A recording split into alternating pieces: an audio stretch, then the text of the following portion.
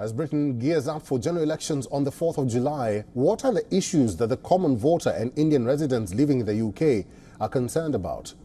WION's Aditi Singh filed this ground report from London. Britain is bracing for a historic election, an unprecedented race to power between Rishi Sunak's Conservatives and Keir Starmer's Labour Party. Both parties have released their manifestos that promise big tax cuts and reducing the burden on Britain's already strained healthcare structure. Here I am at the iconic London Bridge. At the moment, seats in the House of Commons remain empty, but in the next few days, we will get to know which party will form the majority in the Parliament. In this political battle, economy is turning out to be one of the key points. The Office for National Statistics says unemployment in the country has risen to its highest levels in the last 2.5 years. Unemployment rate between February and April rose to 4.4%, up from 4.3% in the previous quarter, and has been at the highest level since September 2021. We asked the Britons about their job satisfaction levels and expectations from the government. I think we don't have enough people in politics that represent us, that represent our age group. Honestly, I think it's getting quite just terrible, essentially speaking, because I study business and I know just like when you buy stuff in Tesco's or Sainsbury's, you see like the prices go up. Like I was talking to one of my friends about this who studies economics. I was talking about how like I have my favourite drink that I go to Tesco's to buy. Usually it was £1 at one point, then it became £1.50 and I was like, okay. If we're looking at the real problem, it's housing, it's the environment, it's public transport, it's accessible buildings.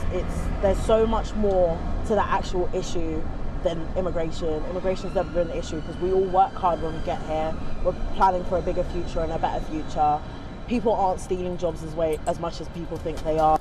During a televised debate this month, Rishi Sunak and Keir Starmer traded barbs over taxes.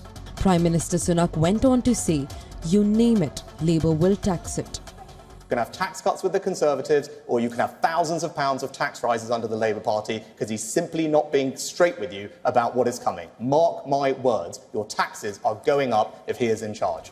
In 2023, Indians made up the highest number of immigrants to Britain.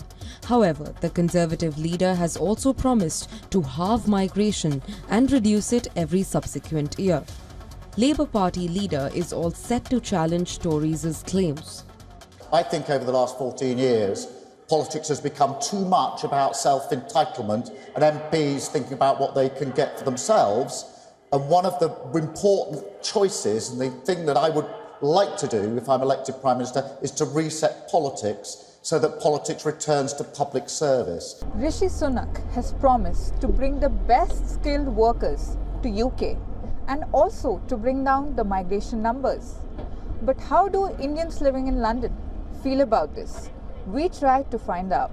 If you're coming here and we have certain sets of skills which could be beneficial, I think we should have an opportunity to display our talents and to get a visa and to stay here and to work hard, because I firmly believe that my visa does not define my talent.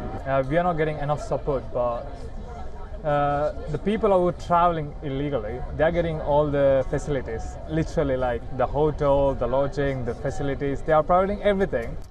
Earlier this month, Prime Minister Rishi Sunak met with Indian Prime Minister Narendra Modi at the G7 summit. Both leaders reaffirmed their commitment to strengthen the India-UK strategic partnership in the third term of the NDA government. Until now, there have been 13 rounds of trade negotiation talks between India and UK. These talks are aimed to achieve an ambitious outcome of bilateral trade, which is worth £38.1 billion. Now, this long-awaited deal will likely be signed after the July 4 elections. But the question is, who is going to be at the forefront of this deal? The Tories or the Labour Party? We will get you all these details in the next few days.